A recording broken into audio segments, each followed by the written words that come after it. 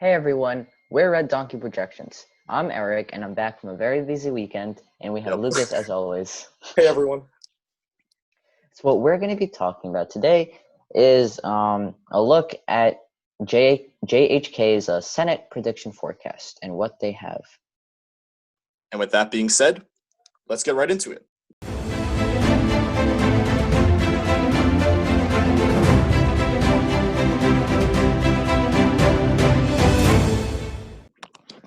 So overall, we have a 52% chance of the Democrats taking the Senate and a 47% chance of the Republicans. This is a very, very tight race.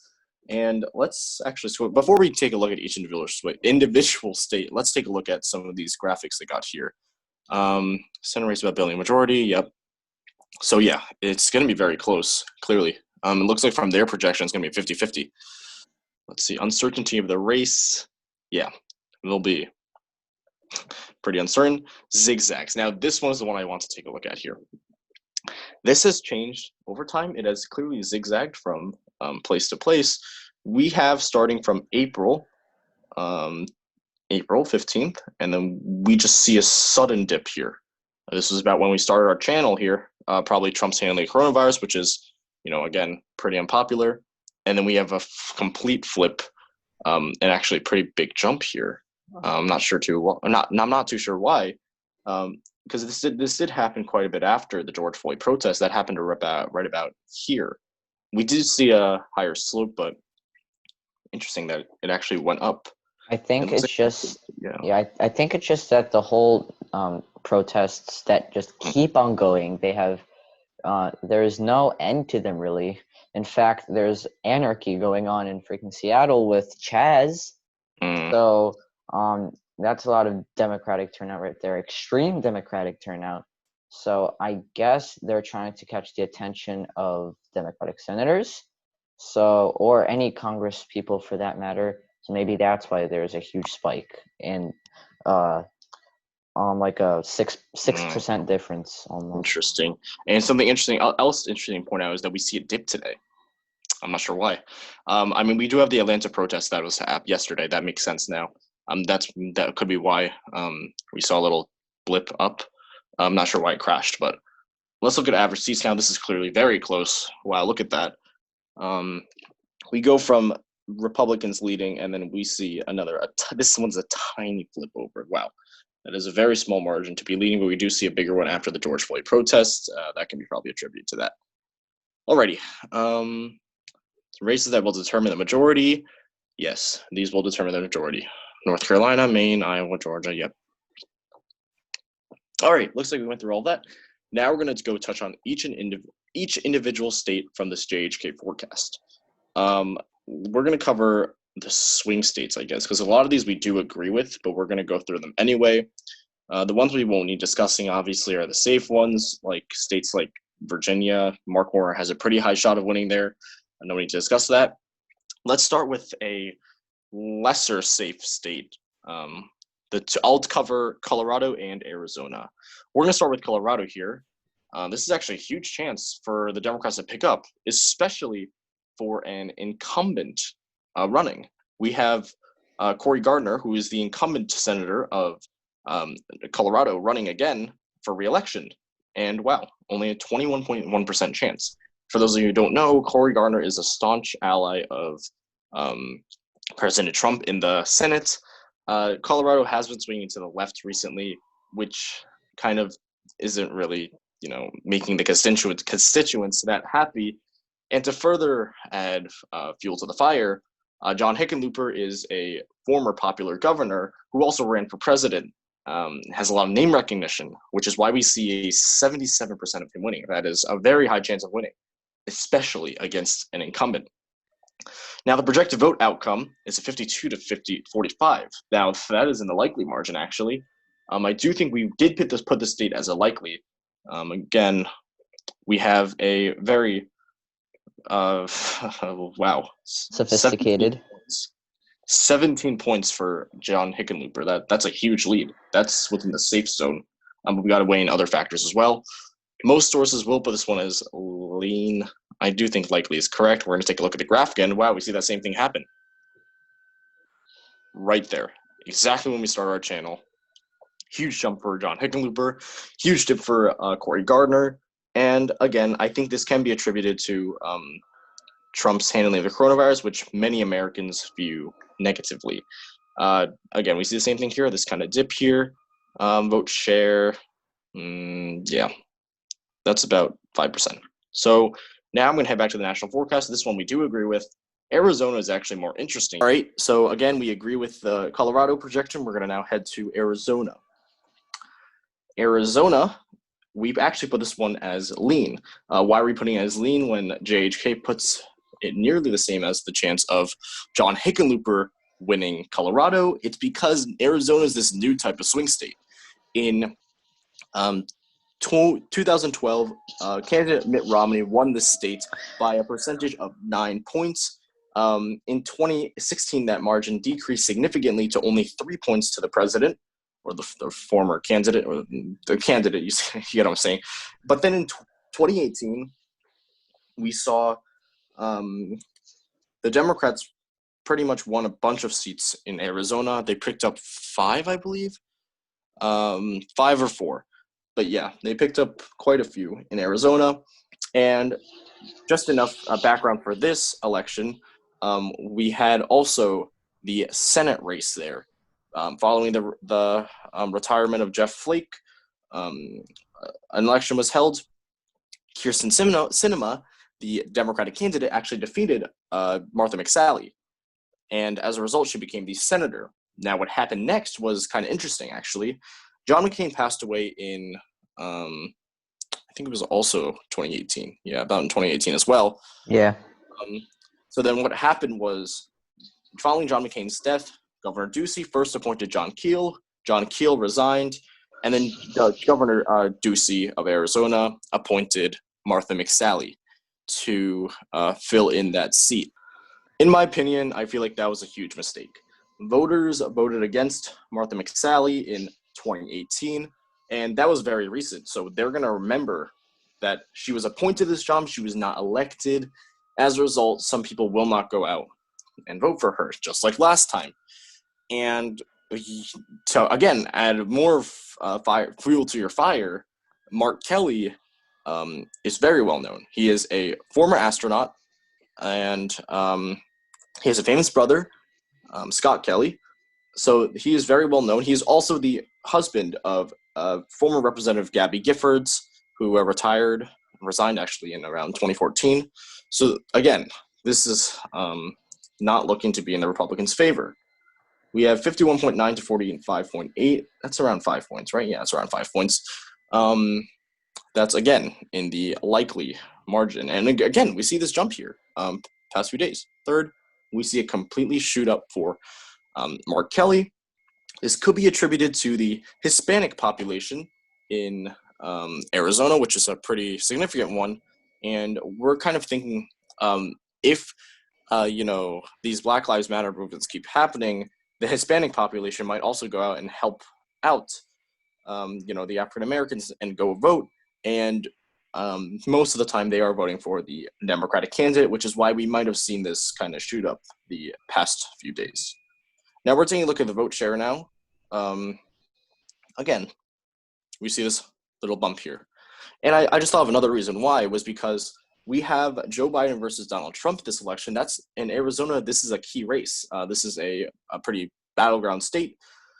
As a result, a lot of the Democratic voters might not only go out to be voting for Joe Biden, but they could be also voting for the Democratic candidate in the Senate race as well, which kind of explains why Mark Kelly does have an edge in this state. We have 7.6% polling, not as much as Colorado, but that's still a pretty significant number. But you know what? I think now I can move this race from lean Democratic to now probably in between lean and likely. I'm not safe enough to say likely, but I do think lean would probably be a better characterization here due to the recent events. Mm-hmm. All right, Eric, how about you take over? Let's see. You can take over Montana now, and as well as North Carolina. All right, we can start with Montana. Sorry. Here we have Steve Bullock, the two Steves, Steve Bullock and Steve Daines. Steve Bullock along with John Hickenlooper, ran for president for the 2020 race. Although he did drop out fairly early, he did get a lot of popularity. He was at one point one of the most popular governors in the U.S. because of his election, because of his campaign. And Steve Daines, although is an incumbent, or he was a manager or some sort of officer to the incumbent. So that gives him, in this case, a huge incumbency advantage, kind of. And we can see that here, that he is leading 50.5 to 46.1. That is a lean likely area. For Steve Daines. Yeah, for Steve Daines. And I love these little captions here. The chance of an upset is about an odds of an NBA player making a 3. And that does make sense here. I mean, this is Montana. It's a fairly Republican state, not a lot, but it does have a lot of those Republican voters there since it is quite a rural area. And all right. Here, resuming in 3, 2, 1. So yeah, let's move on to Montana right now. And yep, here we have the two Steves, Steve Daines and Steve Bullock. And here we see how Steve Daines has a 50.5 projected vote, and Bullock has a 46.1. If I can do the math here, that's like a 4% lead for Daines, and that puts in like a lean margin for the Republicans. Steve Bullock ran for president in 2020. He got a lot of name recognition, but Steve Bullock does not outcompete Steve Daines, the Republican who was a representative of Montana and is just more appreciated in the state of Montana, which is a more Republican state. So lean kind of makes sense here. Let's move on to North Carolina. This is a more intense race. I actually do want to discuss Montana a little bit further. I think it's actually a little bit closer than just a lean. I would actually give this one probably a tilt for Steve Daines. Because when we take a look at polling, we have the Democrat up by 1.6. Obviously, we cannot rely on polling solely. I know that all the experts put this one as a lean R, projected vote lean R. Yeah, again, I just feel like taking that data that we know, although the polling is left biased at times, again, not the fault of the pollster most of the time, although we are taking that into account, we do got to remember polls are polls, and Montana has voted Democrats in office before. We have John Tester, as well as Steve Bullock, of course. And I just feel like, and we have a popular governor here as well, Steve Bullock. So I do feel like there is a bit of a chance that Steve Bullock can win. So I do think tilt is a better characterization. This is giving Republicans a 2/3 chance of winning. That's a little high for me, I think. We have, again, a popular governor against a somewhat popular incumbent, a well-known governor. It's going to be close. I think that's a bit too generous to the Republicans.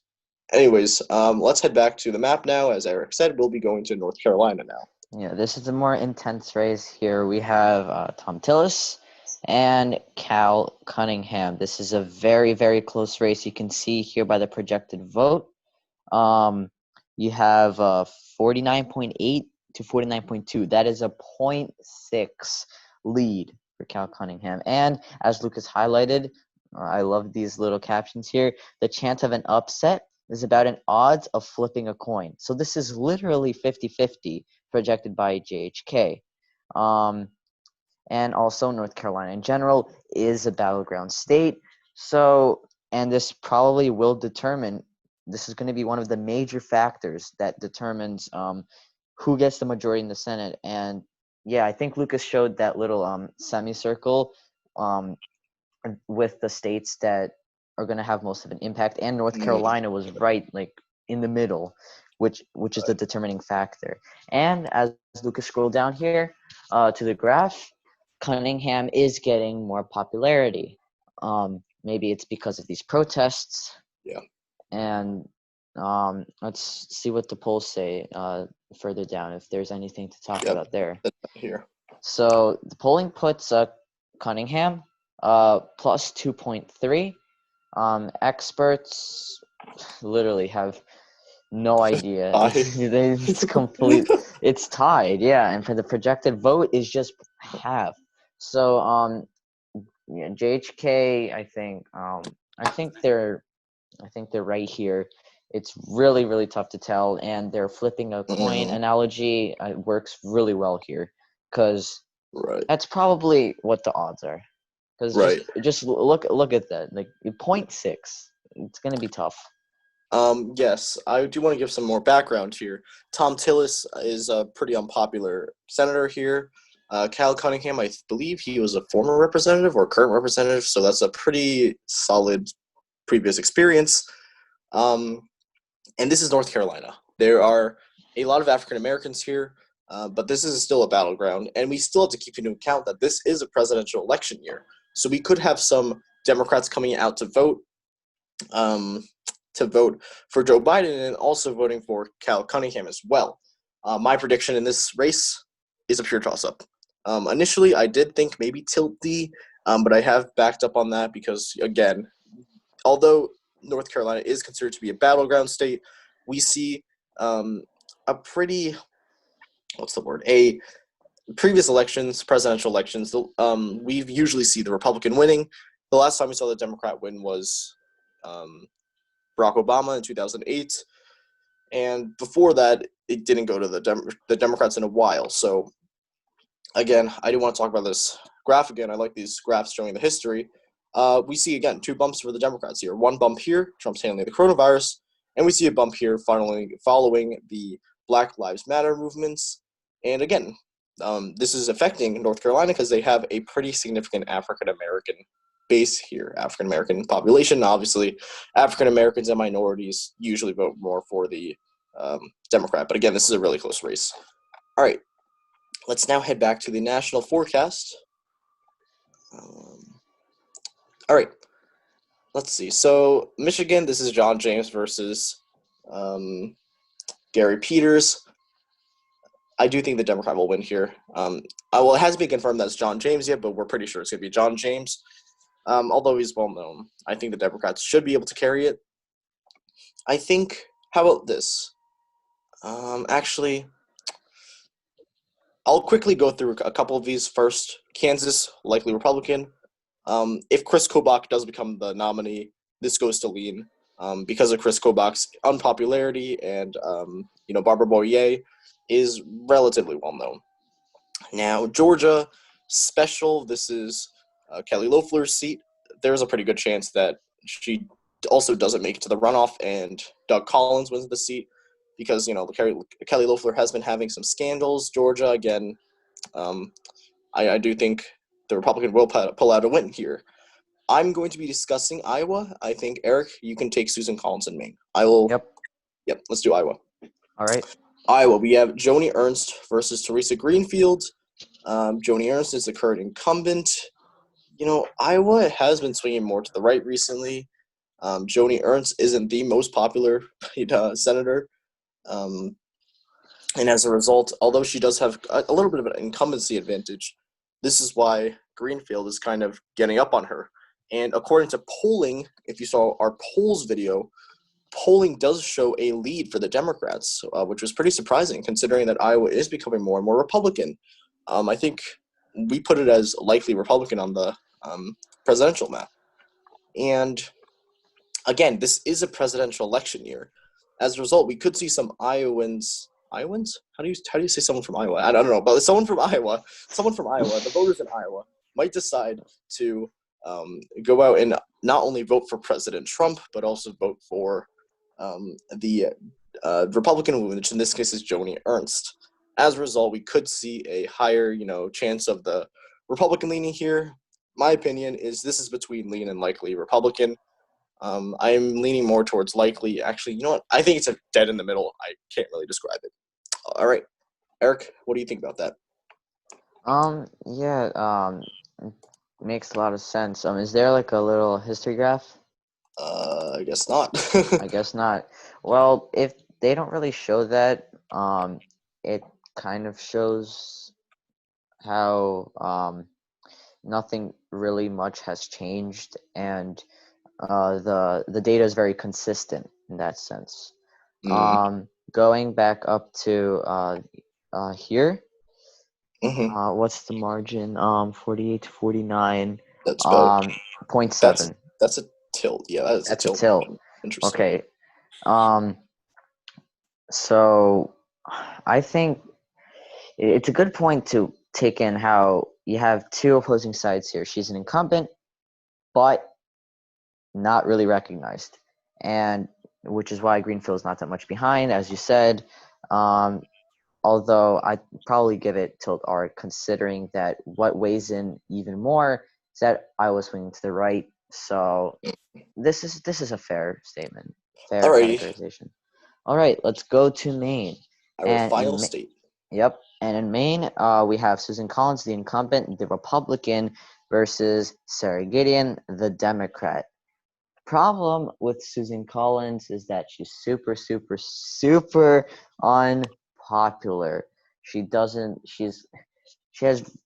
a very mixed bag, and she's not appreciated by the Republicans because she's leaning independent, and she votes very differently on lots of different issues, and it's not consistent, and the Republicans get quite mad at her.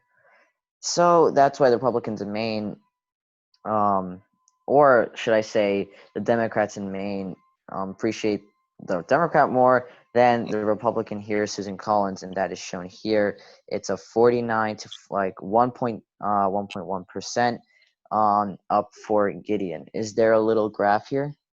Hopefully. And I also want to point out, okay, cool. I want to point out two more things. Again, touching on Eric's point with the Republicans not liking what she's doing, those people might not vote. They might just stay at home this time, or maybe they even vote for the independent. So, again, it's going to impact the election. I just want to touch on the experience a little bit. Sarah Gideon was the either former or current Speaker of the Maine House of Representatives. Obviously, that makes her kind of well known here. And obviously, Collins is the current senator. She's considered either the most moderate or the second most behind Lisa Murkowski. But this is going to impact the election. All right, Eric, why don't you touch on the graph now? Yeah, so we have a gradual increase for Gideon. We've discussed that in previous videos, and then of course we have sudden jump because of the protests. It's probably coming from Maine's first district, the more urban area, really protesting. So maybe that's going to make the difference. We still don't know. It's still a little way to go for November. Lucas just hovered over it before. There is a little blip down for the Democrats for some reason. I'm not really sure why. Maybe it's just constant change in. You know what it could be? Maybe it could be the economy bouncing back, but again, we didn't see that much of an effect in the last episode. Mm-hmm. So that is pretty interesting to take a look at. Anyway, that should be it. Thank you all so much for watching this episode. If you like this episode, please hit the like button. And if you like our content, please subscribe. We'll see you in our next episode tomorrow. See ya.